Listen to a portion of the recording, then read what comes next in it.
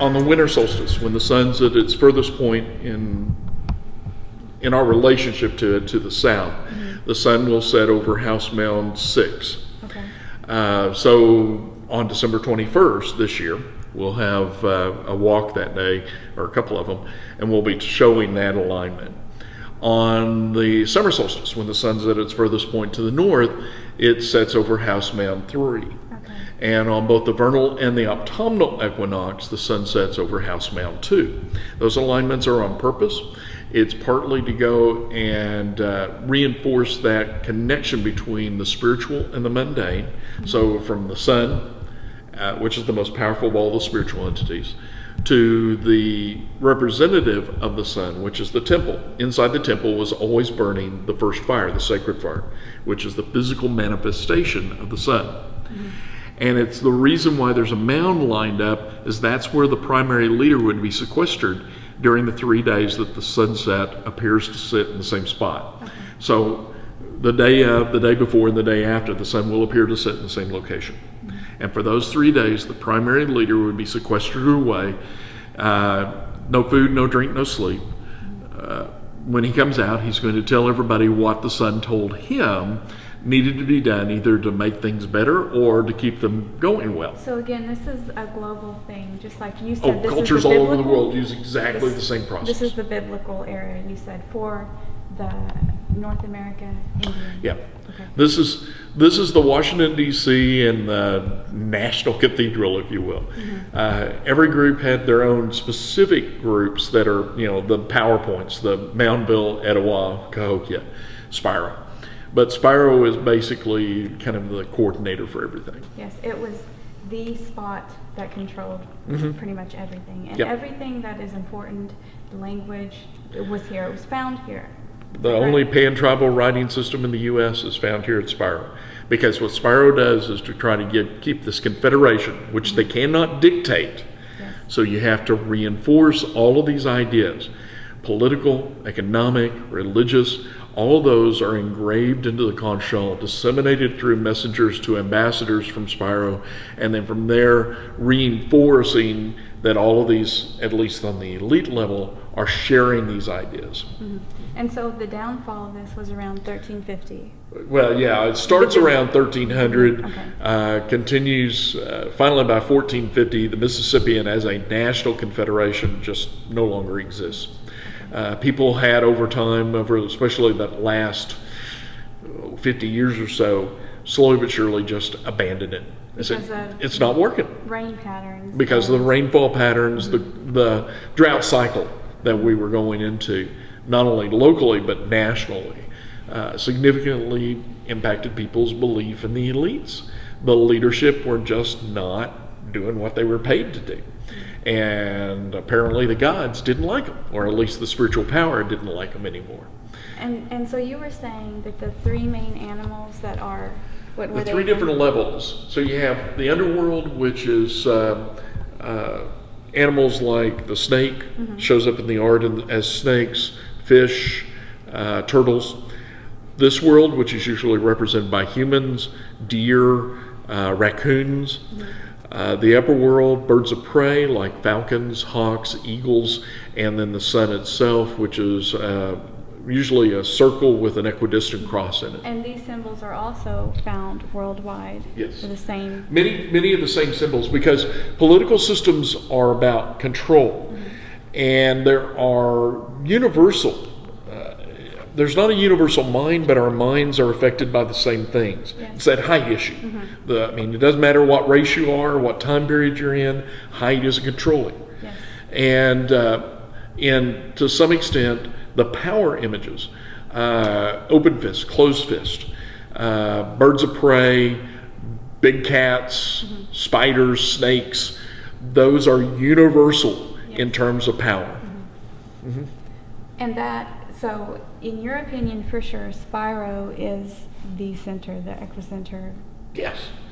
I mean, it's not the biggest city, but its influence is much greater than anywhere else. So compared to Cahokia. Cahokia is the New York City, Spiro is the Washington, D.C. Okay, agreed. I agree with that. And also used over a shorter period of time. Cahokia, by 1150, they're non-entity by that time. And that was Because their portion of that time of plenty collapsed about that time. The South continued on for another 200 years roughly. because of the drought coming in at the 1300s for us, but it started with 1100s up there. Yes, okay. That's great. Thank you so much. Well, you're welcome. And I've got a strange question based on that. Any giant skeletons you're aware of being found Not here? that I'm aware of. No. Like I said, the jaws? commercial diggers talk about it anywhere. They have a couple of burials that they say anywhere from 7 to 8.5 feet, depending on which guy you're talking to. And is that here? Well, no, it doesn't. I mean, if it existed, and again, remember, with the commercial digs, it's always a question on what, whether it was real or whether it was, interest. Exactly. Okay. If it existed, it disintegrated rapidly. Okay. I have trouble believing that they would allow that because it would have been a big draw. Yes. And they had a tent out here, what they called, it was where they stored stuff and had a watchman. And if you had something like that, it would have pulled people in. In one of the reports, it states that there was an 8-foot skeleton left in the tent, but because so much treasure and artifacts were being discovered, they didn't care too much for the skeleton, and it disappeared. Yeah, but the thing is that you'd expect to find it. I mean, Spiro is the name, and if you had something like that from Spiro, Connected with Spiro. you would have had it coming from someplace. If it was still extant, if somebody had it in their collection, they would have used it as a way of selling that collection, because most of the collections have changed hands over time. It may have got sold. Yeah. Oh, it's possible. It's just that it's never surfaced that we know of. They never do. And that's hard. That's part of the hardness. Now, one of the things to keep in mind about giantness is that it is a genetic reality. The average height here at Spiro is taller than the average nationwide at the time. The average height for men was about 5'6". Worldwide at that time, the average height for men was about 5'4". Okay. Women on average are about 5 inches shorter than the men for those periods. So the average height for men today is about 5'10". But up until World War II, the average height here in the U.S. was only 5'6". So these people, 5'7", pardon me, 5'6" was what Spiro. So these people are a little bit taller than normal anyway, but you have people that are, around 6, you have people who are around 5. So there's a variation that occurs. We're just talking about averages.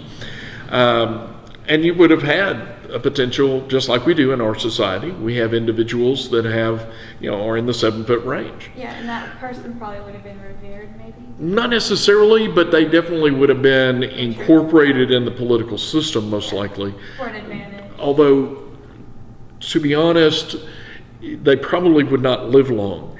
The bigger you are, the more strain it is on your physical body, especially your heart.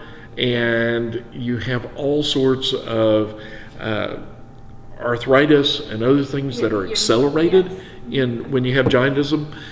So the probability of having somebody live very long to reach any major position, because these are people, if you're reaching a high position, it's because of your abilities, political, economic, religious. Remember, warfare is relatively uncommon during the Mississippian, so you wouldn't have had a lot of call for people who were physically aggressive. More call for people who are better traders, and Spiro trading was very important. So, is it possible? Yes, because we have people who are in the 7-foot range anyway, but would have been a very large number of people, no more than what we have, in fact, less than what we have now. Yeah. One of the things, if you're going to be taller than average, you're also more likely to die in infancy. You're more likely to die before the age of 3 because your physical body is focused on being tall, you're being big, and not fighting infections and parasites, because that's the real big killer of young and old. Is parasitics and bacteria infections. I have some interest in, whenever you drive around, you see the mounds in the fields. What Yeah, are those? those are natural. What you're looking at is what we call prairie mounds. It's actually a lack of erosion. If you looked out in this region, there's a corridor from southeast Kansas, southwest Missouri, down to Texas and Louisiana, and we're right in the heart of it. And what you're looking at, if you'd looked out there about 75,000 years ago, there wouldn't have been any hills. It would have just been flat. But starting about that time, Oklahoma goes, or this region goes into a very xeric, very dry period in our region's history. Starts with wind erosion, and then it continued on with water erosion. So what you're looking at is what's left of the original topsoil. The area around it has just eroded away. Is there, about Kavanaugh Hill, is there any interesting, it's the tallest hill in Oklahoma. In Oklahoma. Yeah. And are there any weird, strange stories? I mean, we hear about Vikings and all of that. What is your take on that? You know, it's a big hill. It has a lot of coal mine shafts in it. Yes. And there's some stories about some of those, but there's not any, gold or silver in those. Yeah. Although there were people selling gold mine certificates for it. Yeah. It's just like they did for silver mine down in the Wichita Mountains. It's an issue, there's a lot of stories that go along with it, but yeah, there's a lot of controversy. Yeah. And with the Heavener Runestone, do you know much about that? What do you think about that? Do you it's think a beautiful place. Yes. Is it possible it's Vikings? Yes. Is it probable? No. Okay. Remember, Spiro controls 2/3 of the United States at the same time and there are millions of people controlling the entire eastern 2/3 of the U.S. at the time. So if you were a group coming up that were not normal, like Vikings, the chances of you coming in unnoticed are pretty much non-existent. Okay. And if you were a Viking coming into eastern Oklahoma, you would have been extracted tribute from. And yet there are no European goods in any of these prehistoric sites. There are only 3 authenticatable Viking sites in the U.S. anyway. There are lots of rune stones, but there are only 3 that have artifactual materials that can be dated. 2 in Maine, 1 in Minnesota. They're all from the Vinland colony, all about 1012, 1014 AD. So the Heavener, it was first documented in the 1830s? No. Is that when it was first seen by a tribe? Maybe. I think so. Maybe. Now, there's stories that Gloria Farley collected, but, it's like my grandfather said that, and it's possible. It's just not, there's not any actual support for it for sure. Yeah. The highest probability is that it's from sometime in the late 1800s. The same script form, which occurs in the Heavener Runestone and 2 of the other 5 in Eastern Oklahoma, actually all 5, are from the same Ogham script. Is it Ogham it's Ogham Fulcrum. It's the same thing. These are straight lines and angled lines. It's partially Elder Futhark, I know that, right? Well, partly one interpretation is that. Yes, but there's some of the script doesn't match, though. Exactly. There's and that's one of the problems. With it, everybody who wants to translate it comes back with a little different. That's right. And that's not abnormal because fulcrum and runes are not alphabets. They're really kind of syllabaries. Yes. And those symbols represent different speech patterns at different time periods. It's possible it's Vikings. There's no way of knowing one way or another. All we have is a piece of stone that has no datability on it. Yes. And so it's possible, it's just not highly probable. That's awesome. What have you found anything personally at this site? I've dealt with the site. We've been doing our last series of excavations from 79 through 82, and then of course worked with other folks since then. But in 79 we found 3 more mounds that had not been known before, and tested one of those. The other 2 have been left completely alone. Probably the most recent work is the remote sensing work that the university has been, it's a joint project between OU and the University of Arkansas, where we have these temporary structures, 70 to 80 of them that are down here on the bottoms, that unless you had the remote sensing data, you'd never see because they're very, very faint. They're they're less than a month long, maybe not even a week, where people have come in for a ceremony, set up these temporary small structures, little roundish small saplings put into the ground and then probably mats across that. It's probably not in the fall or winter because there's no fires at all in them, at least the ones we've tested so far. And so what you have is this,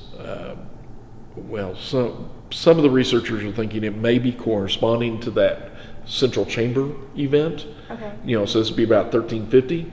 We don't have any concrete evidence for that, but since there's so many of these coming in at the same time that we know we were having some kind of ceremony, it's probably associated. Okay.